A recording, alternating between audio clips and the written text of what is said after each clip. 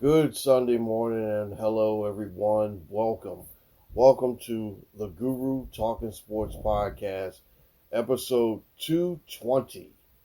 Well, last week was Mother's Day. And let me just go back and tell you a little bit about my Mother's Day and how, what happened. A few things.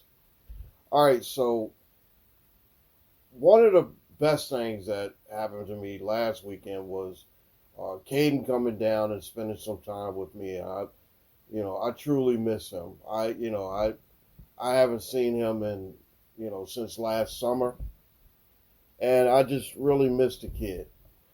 But like I said, it's not about what me and what I did. I'm just, like I said, I'm just, telling you that, some of the good things that happened last weekend. Now, we did have Mother's Day, and I did get a chance to spend some time with my mom. And, I took my mom and Miss Guru and Kaden out to a restaurant. And we had a very, very good time. Even though that the waiter wasn't really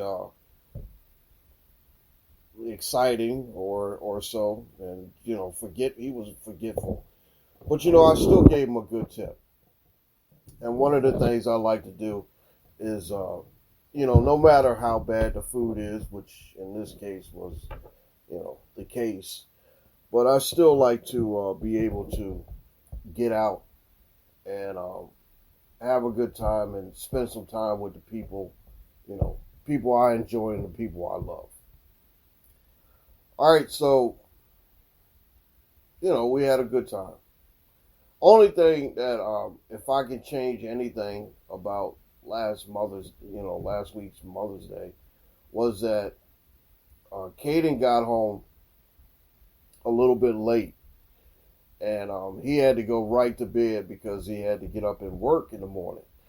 And I apologized to his mother, and I didn't know that the waiter was going to be that, let's say, incoherent or so. And, we just basically, had to wait on this waiter because he was bringing us our food. And, it took a little while. So, Mother's Day went off pretty good, but like I said, I really do apologize to Caden's mom because like I said, I just didn't want him to be late, and he had to rush. He had to go back home. He had to get ready for work and all. Okay, so that was Mother's Day in a nutshell for me. I did get a chance to speak to three other ladies that I do consider my mother. And, I know you only have one mother, birth mother. But, when you have a father that married like 3 times, or actually he was married 4 times, he had 4 wives. One of them is deceased, and I did get a chance to speak to all 3 of my stepmoms. I hate to call them stepmoms because once you're in family, you marry in or whatever, you're family. So that was my mother's. My birth mother I love very much, and like I said, my 3 mothers that my dad had, I love them too, and I gave all 3 of them that were living a call.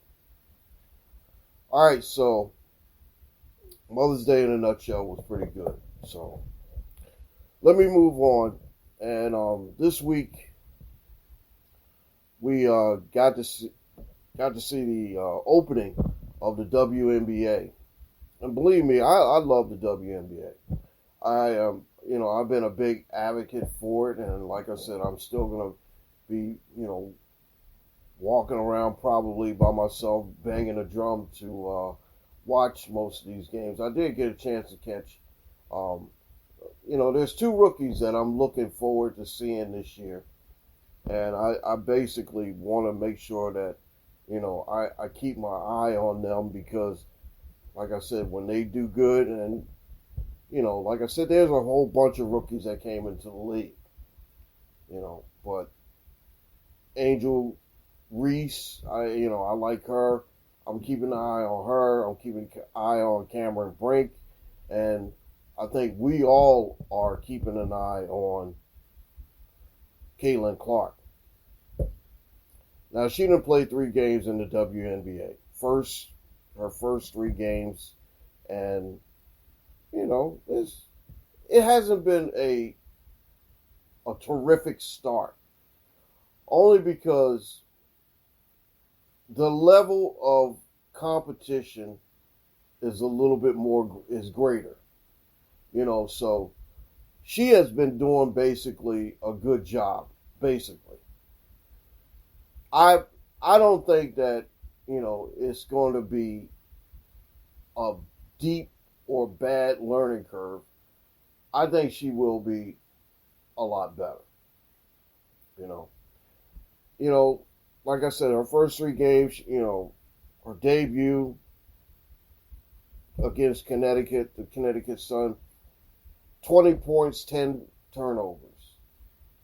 The first game against New York, 9 points, 3 turnovers, which isn't bad. But, this is the first time I've ever seen her under double digits in scoring. Yesterday, she had 22 points, 8 turnovers. The thing is that when you move up in level, move up in competition, it gets harder. She's still adjusting, and she's still able to, feel out the difference between coming from the college rank to the pro rank. And you know what? I'm not going to give up on her. I think she's doing outstanding. She will get better. Believe me. And like I said, yesterday she played in New York at the Barclays Center, home of my ABA New York Brooklyn Nets. I know they're not in the ABA, but I call them an ABA team until they get their stuff straightened out. But anyway, Catlin Clark is going to be fine. I'm not worried about the scoring numbers. I'm not worried about, she does want to clean up the, she does want to clean up the, or she anyway, she wants to clean up the turnovers. Because you figure, hey, 10, 3, and 8, 21 turnovers in 3 games is not really good. But like I said, I'm not abandoned ship. I'm not gonna say, oh, you know what? Oh, this is it. I knew that she couldn't compete on the next level. Diana Taurasi, I thought was kind of hard on her. But you know what? I think she was kind of right. Looking back on what the comments and everything about her going to the WNBA and, making it all about her, it's not. It's not all about her. Guess what she's done? She's basically put butts in the seats and she put more eyes on the WNBA. Now, guess how many WNBA games I watched yesterday? 4. Like I said, I had to keep an eye on Angel Reese. I had to keep an eye on Cameron Brink. And I did have to keep an eye on Catlin Clark. Now, I said 2. You know what? There's a lot. I'm looking at the rookies. And I tell you one thing. Asia Wilson she is dynamic. she is dynamic. Her, Kelsey Plum, and that Las Vegas Aces team, they might go back to back, you know. But, you know, like I said, I did get a chance to look at the New York Liberty. New York Liberty looks good. I mean, that's a really, really good team over there.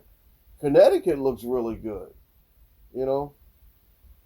Chicago's not that bad. And, you know, like I said, the WNBA is going to be fine. You know, if we just keep an eye on them, and, you know, like I said, you know, some people are not going to be total WNBA fans. You know, they want to check out Catlin Clark. But you know what? That's the thing. We want to be able to let this sport grow. And I'm really happy for Catlin Clark and Angel Reese and my girl Cameron Brink. You know, all these girls, young ladies, are dynamic in their own way. And like I said, this is going to be a breakout season.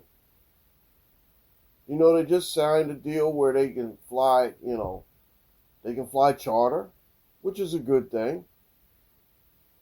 You know, and, you know, for the WNBA teams have opened up have changed their home games to bigger arenas. And that's what we want. We want to be able to see these young ladies succeed. And I'm very happy for them. Very, very happy for the WNBA. And the more attention that has been, you know, been getting, I'm happy for them. You know, when anyone succeeds, I'm happy for them. And like I said, Catlin Clark will be okay. All right, yesterday, the 149th edition of the Preakness went down. Now, if you got a chance to watch it, you saw Ray Lewis out there, you saw Brandon Scott, Mayor of Baltimore, and you saw the Governor Westmore out there representing my hometown of Baltimore, Maryland. Also, congratulations to 88-year-old D. Wayne Lucas for being the oldest trainer to ever win the Preakness.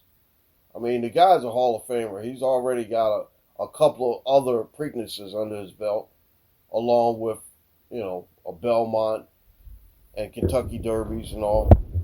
And like I said, whenever the big races come around, I'm going to give you the all the stats for that race. But we did have an upset, and this year will not be a Triple Crown winner. So let's go to the race card. Number 6, Seize the Gray, won the 149th edition of the Preakness. He paid $21.60, $8.40, and $4.40. Second was the Kentucky Derby winner, Mystik Dan. He paid $4.40 or $4.20 and $2.80. $4.20 to place, $2.80 to show. And the third was Catching Freedom, another horse from the Kentucky Derby. Matter of fact, last week a couple weeks ago was the 150th edition of the Kentucky Derby. And Catching Freedom paid $3.20 to show. The 8-horse Tustin Gold came in 4th. Now here's the payouts. If you played the $1 exacta, 6.5, that paid $59.70. Now if you played a $2 exacta, that would have been $119.40. 50-cent try, 6, 5, and 3, paid $91.85. And if you played the $1 try, you would have got back $183.70. And the super, 10-cent super, You can play 10 cent super if you want. 6, 5, 3, and 8 pay $74.90. But listen to this. If you played it for $1, you would have got $749 back. Good payout. Good payout. You know, I've been on the road, and, you know, sometimes I'm not able to catch everything. But I do watch everything when I get a chance. Now, I did watch the Mavericks advance last night in the NBA playoffs. And later on today, we got 2 Game 7s. Now, we almost had, that was a controversy at the end of that Thunder and Mavericks game. And I really thought that he hit the ball. He hit the ball before the shot. But it wasn't. P.J. Washington got fouled. He ended up going to the free throw line. They were down by 1. He hit the first shot. Well, he's down by 2. He hit the first shot. They were down by 1. Hit the second shot. They tied it. Hit the third shot, and they went on to lead it. And they won 117-116. This is a good season for the Oklahoma City Thunder. You know, Oklahoma City doesn't have anything, nothing to be ashamed of. I thought it was a very, very good played series. Luka Doncic was amazing, and the theorist, the Kyrie Irving, you know, he really hasn't been a problem. He has actually been a help to that team. He's been able to play his game and not having to open his mouth. They both will advance to play the winner of the Denver and Minnesota game. And they're going to a Game 7. Also, the team that I've been watching the most and rooting for the hardest was the New York Knicks. They're going to a Game 7, and this has been one of the weirdest series I've ever seen. A team gets blown out by 45, then they, you know, every home game has been won by both teams. You know, it's been a weird series, but believe me, I tell you, this has been one of those series that you say, what the hell? It's unpredictable. It's unpredictable. But only one thing is really, really came through in this series. Whoever had the rebounding advantage won these games. Keep a watchful eye for this. Now, I watched the game Friday night, and the way Indiana came out, I knew the Knicks wasn't going to win that game. And I said, well, here we go. We're going to have to go to a Sunday Game 7, and we'll see what happens. We will see what happens. Just like Denver and Minnesota, we're going to a Game 7 with them as well. Jokic, you know, got blown out the other night. He said, hey, that's not a big deal. It's a good loss. We'll come back. I believe they will. But Anthony Edwards, Ant-Man, has been outstanding in this series. So we'll see what happens. I probably won't be able to catch the late game, but I definitely will keep the first game. I will check them out as well. And hockey, we got Vancouver. I'm sorry. The Dallas Stars look very, very, very, very good.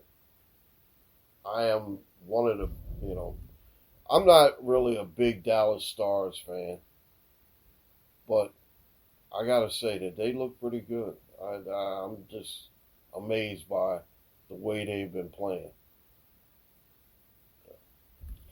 So, on Friday morning, around, I'll say, 6 o'clock in the morning, we had a situation where Scottie Scheffler got arrested. Now, I don't really know the full story. I from what I've heard, he got arrested for misdemeanor, 2 misdemeanors and a felony, second degree assault on an officer. Come on. Two sides to this thing, I think. The first side is that,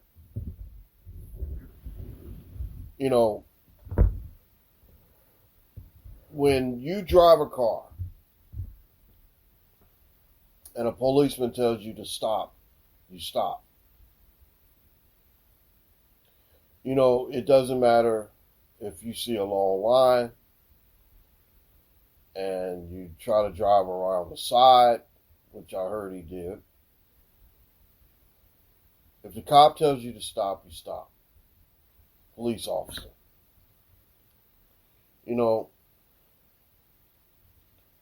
I can't tell you how many times I think I've only been stopped like maybe about 5 or 6 times in my lifetime. And every single time, I always put my hand on the top of the steering wheel so the officer doesn't think that I'm, trying to disrespect him or trying to pull anything or, reaching for a gun or anything like that. I always make sure that I give the police officer the respect and address him as sir.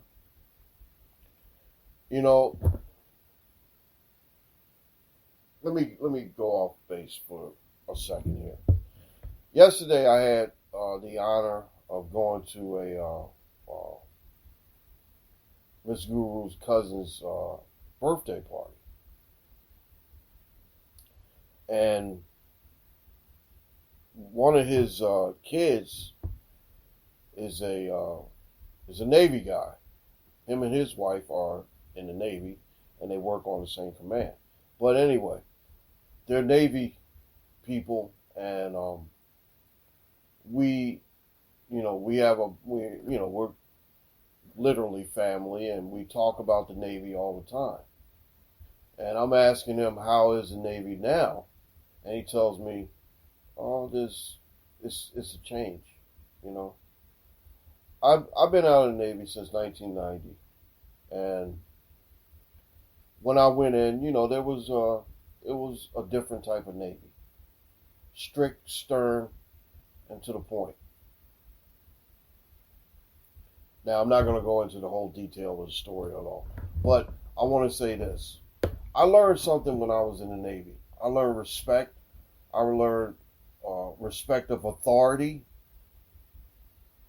I learned that you have to go by the rules, no matter what it is. You have to go by the rules. Now, if a police officer tells you to stop, you stop. Put your hands on the steering wheel. Give the officer the respect. I'm not the type of person that will disrespect or disobey authority.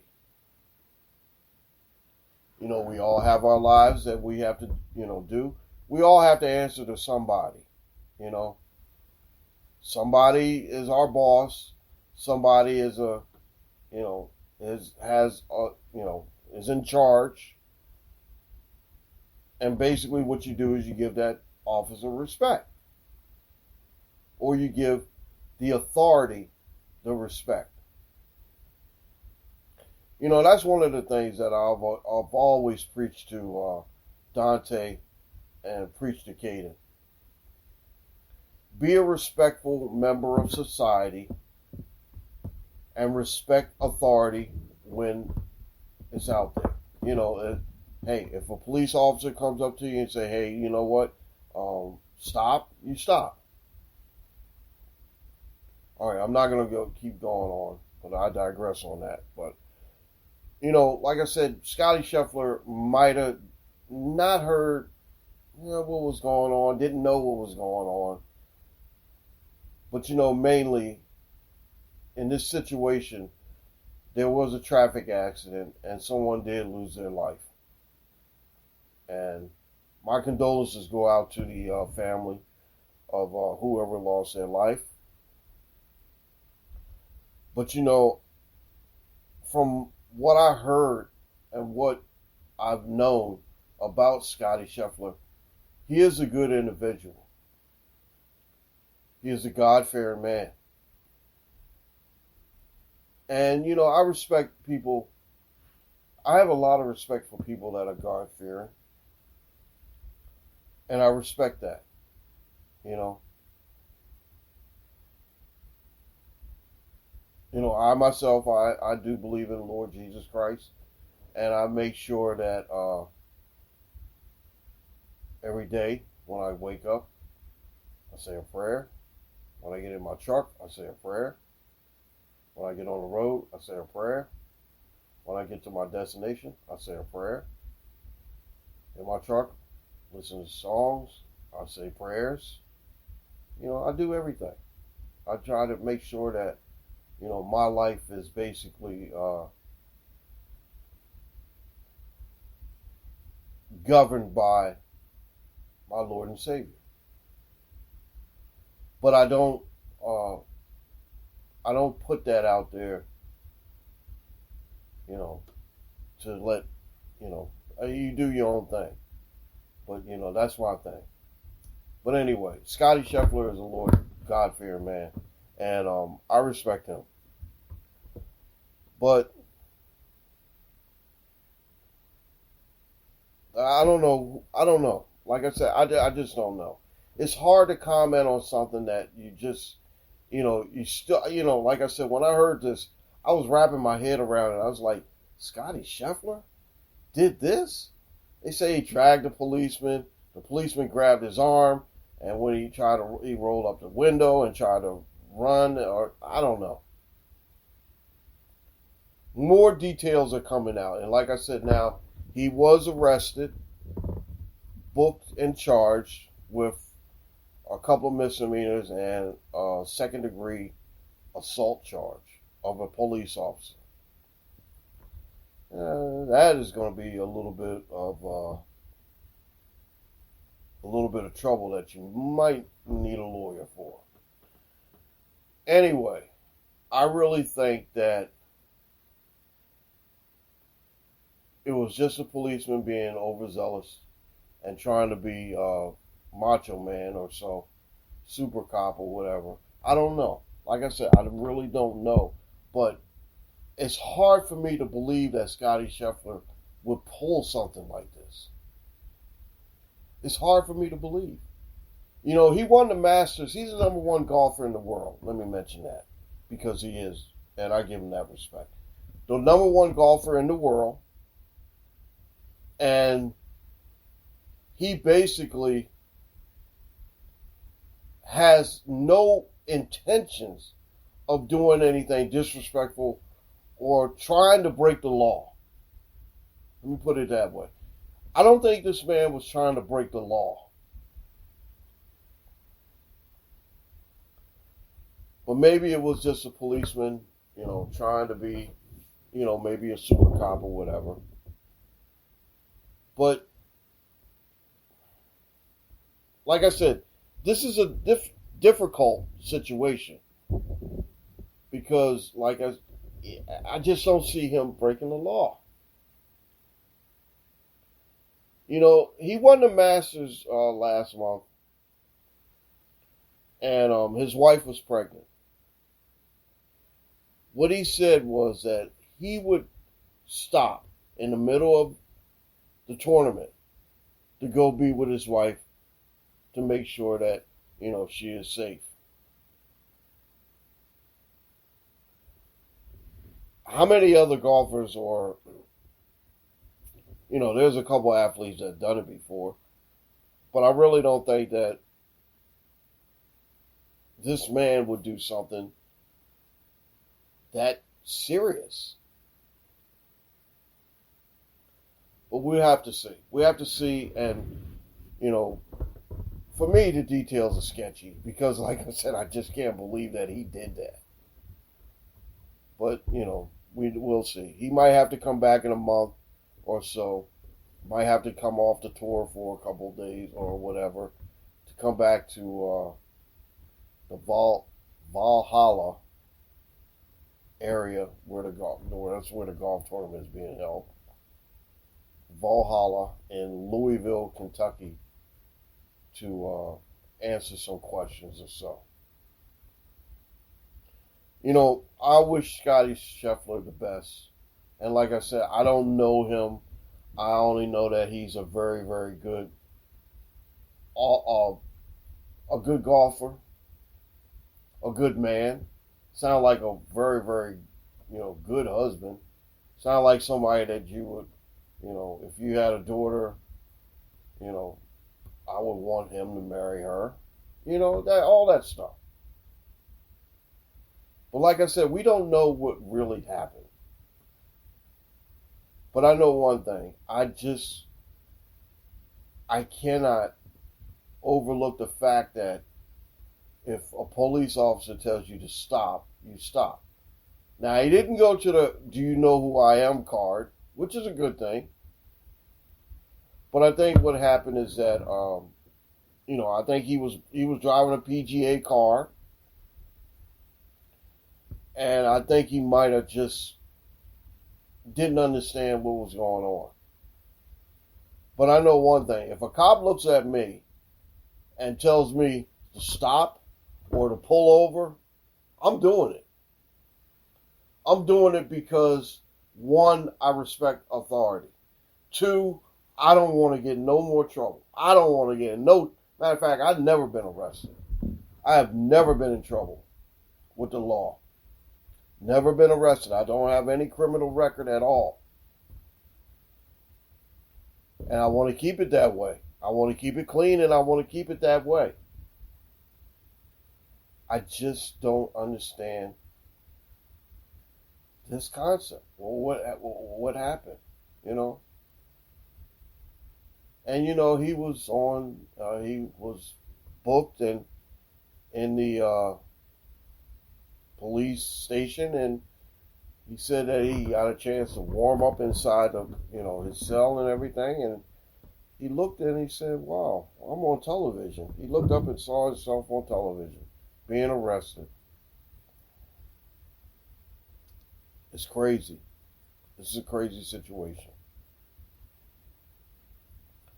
I'm not gonna go on with this, but I just want to say this is outrageous. This is the most unreal story I've heard in golf since Tiger Woods years ago with his wife on Thanksgiving night or so.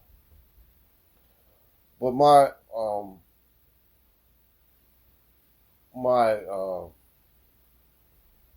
heart goes out to Scottie Scheffler. I hope that this was just a misunderstanding, and this will be all taken care of. And I'm not sure. The mayor of Louisville has opened up an investigation. The cop wasn't wearing a body cam, and there's a couple things that are going on. This is an ongoing investigation, and like I said, I'll keep you informed on what I think or what after all this is gone, all this is done. All right, so I'll tell you what, I'm gonna stop it right here. I'm gonna get out of here, and I just want to say thank you for listening. You guys have been great, and like I said, we'll be back next week with episode 221 of the Guru Talkin Sports Podcast. You guys take care of yourself. I'll see you soon. Later.